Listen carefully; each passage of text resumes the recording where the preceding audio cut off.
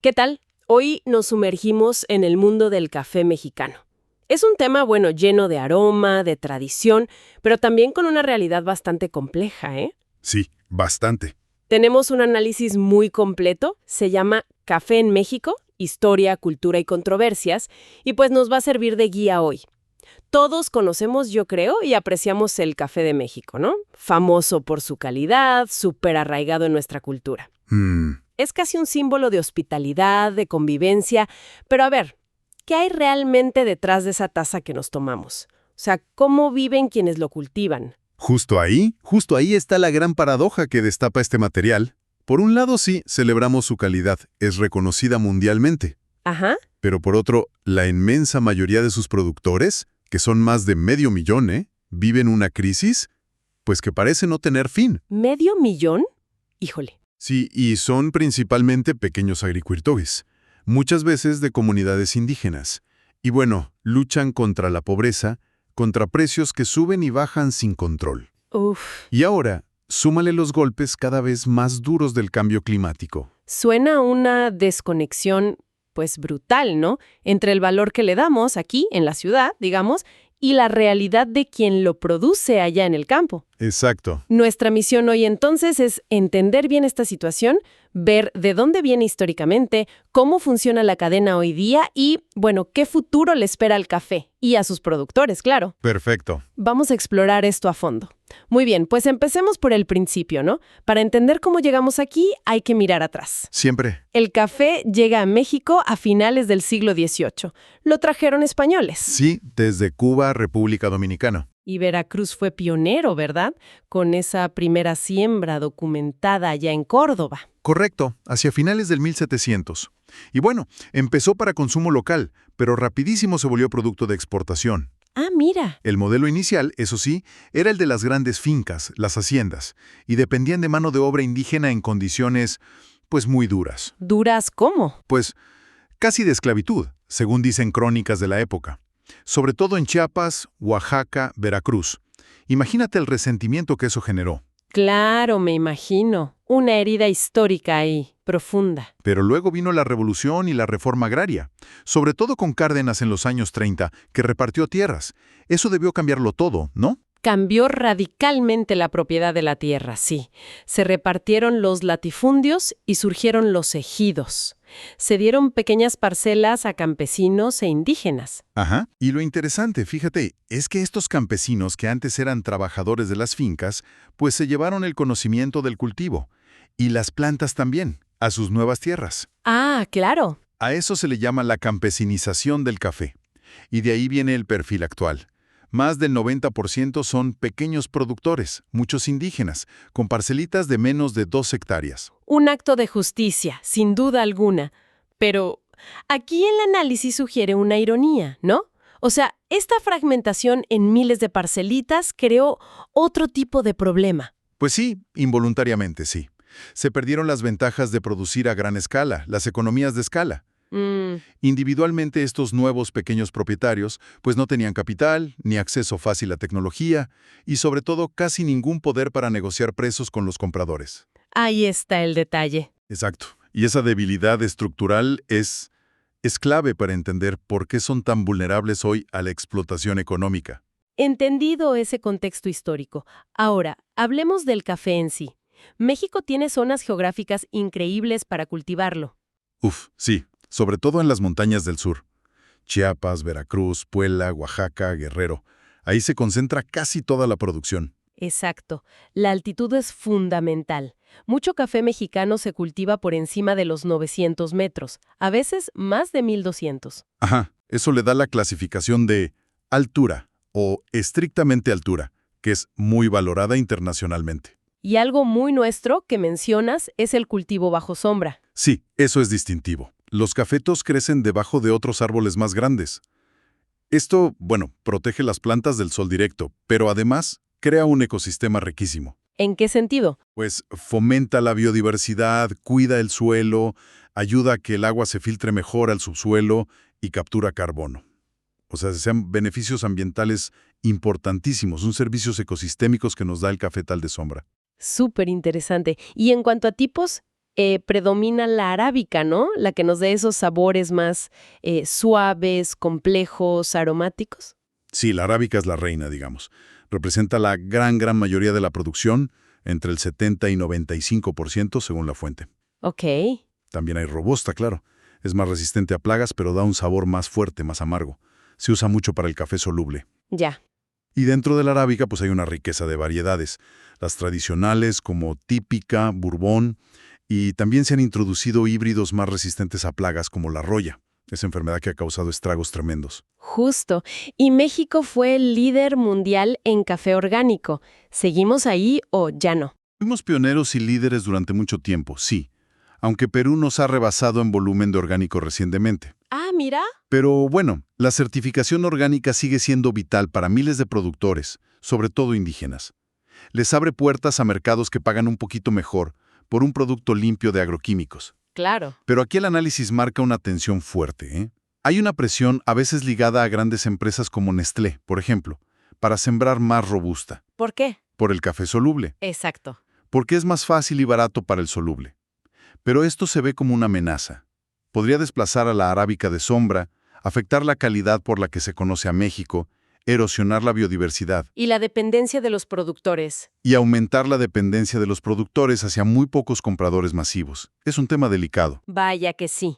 Oye, y hubo una época en que el gobierno intervenía muchísimo, ¿no? Con el famoso INMECafé, el Instituto Mexicano del Café. ¿Qué hacía exactamente? El INMECafé. Se fundó en 1973 y era, digamos, el gran actor estatal en el café. Daba apoyo técnico a los productores, les daba crédito, hacía investigación y transfería tecnología. Ajá. Les compraba la cosecha a precios de referencia. Esto era clave, porque los protegía de las caídas del mercado internacional. Una red de seguridad. Exacto. Y además, se encargaba de la logística y de vender el café mexicano al mundo. Llegó a controlar una parte importante de la exportación. La idea era usar el café como motor de desarrollo en el campo. Suena a un respaldo fundamental, la verdad. Pero lo quitaron en 1989. ¿Por qué? ¿Qué pasó? Pues fue una mezcla de factores. Coincidió con las políticas de liberalización económica que se implementaron en México en esa época. El neoliberalismo. Y también con la caída del Sistema Internacional de Cuotas de la OIC, la Organización Internacional del Café, que antes ayudaba a mantener cierta estabilidad en los precios globales. La idea oficial, pues, era que el libre mercado sería más eficiente. ¿Y qué pasó con los productores cuando desapareció ese apoyo de INMECafé? Me imagino el golpe. Fue un golpe durísimo, sí. De un día para otro perdieron la asistencia técnica, el financiamiento, un comprador seguro y, sobre todo, esa protección contra los precios bajos. ¿Y el vacío que dejó? El vacío no lo llenó un mercado justo y eficiente como se esperaba. Lo ocuparon rápidamente los intermediarios locales, los famosos coyotes. Los coyotes. Y claro, unas pocas grandes empresas transnacionales que compran y tuestan café a nivel mundial. Estas consolidaron su poder muy rápido y empezaron a dictar las condiciones, quedándose con la mayor parte del valor. El análisis que tenemos habla de la privatización del riesgo. ¿A qué se refiere con eso? Suena fuerte. Es un concepto clave para entender lo que pasó y lo que sigue pasando. Mira, todos los riesgos que antes absorbía o manejaba el INMECAFE, precios que se desploman de repente, plagas que arrasan cultivos, sequías, huracanes, todo eso se transfirió casi por completo al productor individual. Al más débil de la cadena. Exactamente, al eslabón más frágil y sin herramientas para enfrentar esos riesgos. Esta situación de precariedad constante hizo que muchos dejaran de invertir en sus fincas, que se envejecieran. Y eso las hizo más vulnerables. Mucho más vulnerables a la crisis de la roya que vino después. O sea, lo que pasó en 1989 sigue explicando en gran medida la situación actual. Las consecuencias llegan hasta hoy. Entiendo. Y desde entonces parece que el sector vive saltando de una crisis a otra. Los precios se fueron al suelo finales de los 90, principios de los 2000. Sí, por una sobreproducción mundial, sobre todo de Vietnam en ese momento. Y la volatilidad ha sido constante. Incluso recientemente, a finales de 2018, los precios internacionales estuvieron por los suelos otra vez. ¡Qué barbaridad! Y lo más grave es que muchas veces el precio que recibe el productor ni siquiera le alcanza para cubrir lo que gastó en producir. Así es imposible vivir dignamente del café. No, pues no. Y la desigualdad es brutal. Se calcula, fíjate, que el productor recibe menos del 2% de lo que cuesta una taza de café en una cafetería de ciudad. Menos del 2%. Es difícil de creer, de verdad. Pues sí. Y como si eso fuera poco, encima llegó la roya. ¿Qué es exactamente este hongo? Porque se oye mucho, pero Es un hongo. Su nombre científico es Gemileia bastatrix y ataca las hojas del cafeto. Las debilita, hace que se caigan, las defolia y puede llegar a matar la planta. o sea, la deja sin motor. Exacto. Y bueno, ya existía en México, pero entre 2012 y 2016 se volvió una epidemia terrible, devastadora. ¿Tan grave fue? Destruyó plantaciones enteras en todo el sur y sureste del país. La producción nacional se cayó a más de la mitad. Fue el peor golpe productivo en 50 años, imagínate. La mitad. Pero, ¿por qué pegó tan fuerte? ¿Fue solo mala suerte biológica? El análisis es muy claro en esto. No fue solo el hongo, fue la combinación del hongo con la vulnerabilidad que ya existía en el sector. La que mencionabas antes. Exacto. Sin el apoyo técnico que antes daba Inmecafé, con cafetales viejos porque no había dinero para renovarlos, y sin recursos para invertir en prevenir la plaga, comprar fungicidas o renovar con variedades resistentes, pues los productores estaban muy expuestos. Entiendo. Fue como echarle gasolina al fuego, la verdad. La roya encontró el terreno perfecto. ¿Y el remate de todo esto? El cambio climático. Esa es la amenaza más grande a largo plazo, la existencial, diría yo. Y ya se notan, ¿eh? Más calor, lluvias irregulares, patrones que cambian. ¿Y eso cómo afecta al café? Pues afecta todo. Cómo florece la planta, cómo madura el grano, baja la cantidad y también la calidad. Los modelos climáticos predicen que los rendimientos podrían caer entre un 18 y un 25% en las próximas décadas. Un cuarto de la producción. Podría ser. Además, un clima más cálido y húmedo favorece a plagas como la roya y pone en peligro toda la biodiversidad de los cafetales de sombra, incluyendo a los polinizadores, que son clave. ¡Qué preocupante! Hay estudios muy preocupantes que dicen que en algunas zonas, como partes de Veracruz, el café podría incluso desaparecer en unos 10 años si las tendencias actuales siguen. ¿10 años? Es poquísimo tiempo. Poquísimo. Entonces, a ver si entiendo bien. No son problemas aislados. Bajos precios, luego la roya, ahora el clima. Es como una espiral descendente. Exactamente. El análisis insiste mucho en eso. La crisis del café en México no es algo pasajero, no es mala suerte. Es una condición estructural, casi permanente. La debilidad económica que dejó la liberalización de 1989, la salida del Inmecafé preparó el terreno para el desastre de la roya. Y ahora el cambio climático lo empeora todo. Es un sistema fallido, con múltiples fallas conectadas. Y poca capacidad de respuesta, me imagino. Casi nula resiliencia para el productor. Precios bajos impiden invertir. Fincas débiles son presa fácil de plagas. Y el clima presiona más y más. Se necesita una solución de fondo, sistémica, no parches aislados. Queda clarísimo el diagnóstico del problema. Ahora, veamos quiénes son los actores en este escenario. Están los productores, claro, más de 500,000 de familias. La mayoría pequeños, muchos indígenas. Sí, más del 90% son pequeños productores, con menos de 2 hectáreas. Y 8 de cada 10, imagínate. Y un dato fuerte, más del 60% pertenecen a comunidades indígenas. Y lamentablemente mencionas una conexión muy fuerte entre ser productor de café y vivir en la pobreza. Sí, es una correlación dolorosa. Los municipios cafetaleros registran altos índices de marginación, de rezago social. Los ingresos son crónicamente bajos, a veces ni el salario mínimo alcanzan, no tienen acceso a crédito formal ni a seguros. Y eso dificulta invertir. Claro, les impide invertir en sus fincas, en mejorar, y esto empuja a muchos a migrar, a buscar oportunidades en otro lado, o simplemente abandonar sus tierras. Qué triste panorama. Y del otro lado de la cadena, ¿quiénes se llevan la mayor parte del pastel? Mencionaste a los intermediarios, los coyotes, y a las grandes empresas transnacionales. Así es. Un puñado, unas pocas grandes comercializadoras transnacionales, nombres como Ecom, Newman, Dreyfus, dominan la compra del café verde a gran escala. Son intermediarios gigantes que luego le venden a las grandes tostadoras globales. Y ahí entran nombres más conocidos. Allí entran nombres como Nestlé o Starbucks, por ejemplo. Estas multinacionales tostadoras tienen un poder de compra enorme y definen, en gran medida, los precios y las condiciones para toda la cadena. El material que revisamos es bastante crítico con estas corporaciones, ¿eh? Menciona un informe de una organización civil, Prodesk, que las acusa de falta de transparencia, de beneficiarse de precios injustos y de hacer greenwashing. ¿Podrías explicar un poco eso del greenwashing? Claro, greenwashing es, básicamente, aparentar ser más ecológico o socialmente responsable de lo que realmente se es.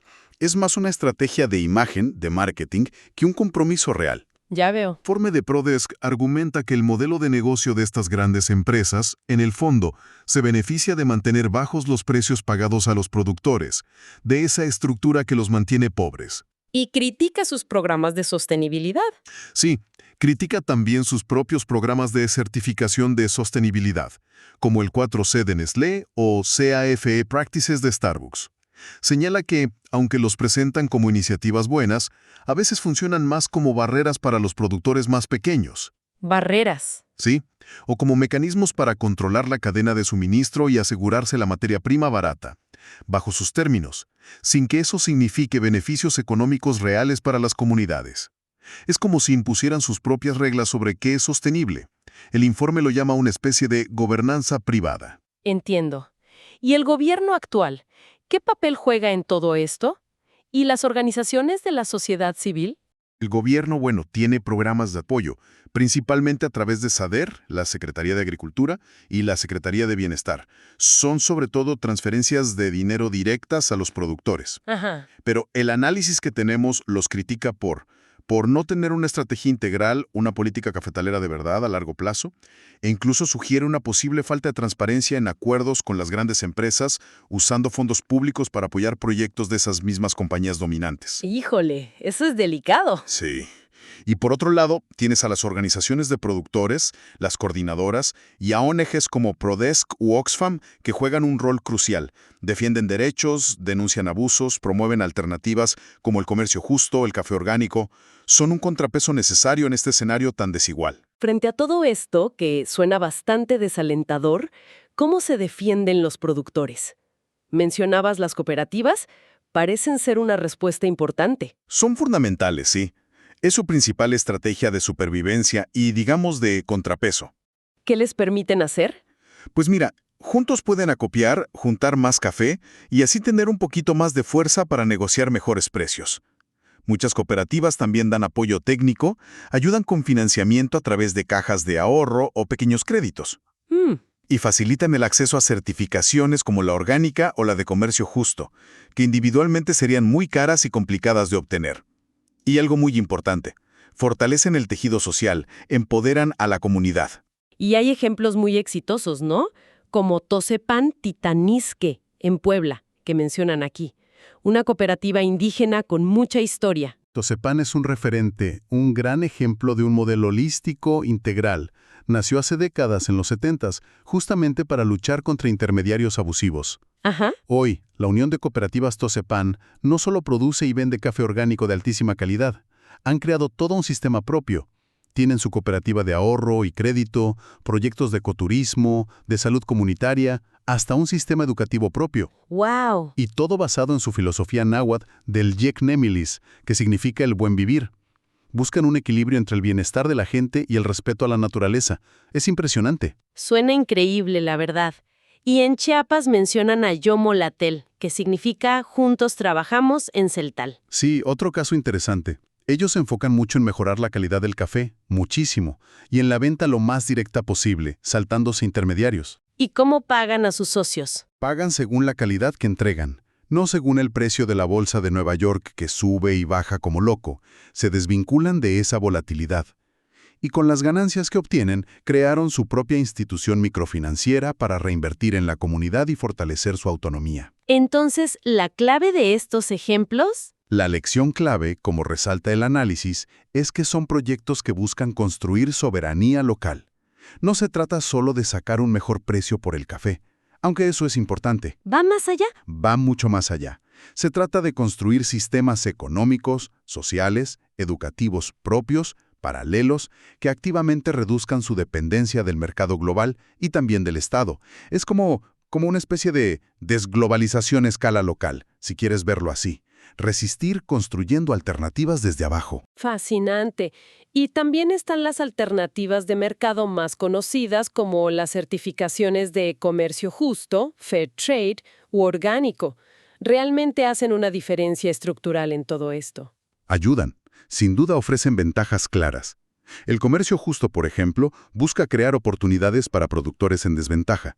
Establece un precio mínimo de comercio justo que actúa como una red de seguridad si el mercado se desploma. Ajá. Y también da una prima de comercio justo, que es un dinero extra para que la cooperativa lo invierta en proyectos comunitarios, decidido democráticamente. ¿Y el orgánico? El orgánico garantiza que se cultiva sin agroquímicos sintéticos. Eso beneficia al ambiente, a la salud del productor y del consumidor, y permite acceder a mercados nicho que están dispuestos a pagar un poco más. Pero el análisis dice que son insuficientes. Si el análisis es cauto, dice que aunque son herramientas importantes, no son suficientes por sí solas para resolver los problemas estructurales de fondo, las dinámicas de poder. ¿Por qué? Pues porque existe una tensión. A veces corren el riesgo de convertirse más en un nicho de consumo para gente con más poder adquisitivo y van perdiendo un poco su filo transformador original, el de cambiar las reglas del juego. Se pueden cooptar, digamos. Entiendo. ¿Y los programas actuales del gobierno federal, los que mencionaste antes? Esas transferencias directas como Producción para el Bienestar o Sembrando Vida, dan un apoyo económico directo, ¿no? Sí, exacto. Producción para el Bienestar, que maneja SADER, da un monto anual directo a pequeños y medianos productores. Para 2025 eran unos 7,300 pesos por productor de café. Ok. Y Sembrando Vida, de la Secretaría de Bienestar, otorga un pago mensual unos 6,450 pesos en 2025 a campesinos por trabajar en reforestar sus parcelas con sistemas agroforestales. Y el café es un cultivo elegible ahí. ¿Y se pueden recibir los dos? No, es importante notar que un productor no puede recibir ambos apoyos al mismo tiempo. Y también está Fertilizantes para el Bienestar, que entrega insumos. Parecen ayudas concretas, ¿no? Dinero directo. ¿Cuál es la evaluación que se hace de ellas en el análisis? Los estudios que cita el análisis indican que sí tienen un impacto positivo en el ingreso disponible de las familias que los reciben. Les ayuda a paliar la pobreza inmediata. Pero enfrentan críticas importantes. Se sugiere que estas transferencias, aunque alivian, no son suficientes para compensar las desventajas estructurales del sector cafetalero. Tampoco mejoran la seguridad alimentaria de forma sostenible a largo plazo. O sea, son más como... A menudo se perciben más como políticas sociales asistencialistas, como un curita, que como una estrategia de fomento productivo y de mercado real, diseñada para fortalecer la competitividad y la resiliencia del sector a largo plazo. No atacan la raíz del problema. Ya veo. Toda esta red de desafíos, de problemas estructurales, tiene implicaciones que van mucho más allá de la finca, de lo económico. Muchísimo más allá. Son profundas y multifacéticas. Piensa en lo social. Perpetúa la pobreza y la exclusión, afectando de manera desproporcionada a las comunidades indígenas. Impulsa la migración, debilita el tejido social en el campo. ¿En lo económico? Pues la baja rentabilidad lleva a desinvertir, abandonar las fincas o a veces a cambiar el café por otros cultivos que quizás son menos sostenibles pero dan más dinero a corto plazo. Se erosiona la base productiva de café de calidad. Y ambientalmente. Mencionabas el riesgo para los cafetales de sombra. Exacto. Su abandono amenaza gravemente la biodiversidad y esos servicios ecosistémicos vitales que nos dan. La captura de carbono, la regulación del agua. Es una pérdida enorme.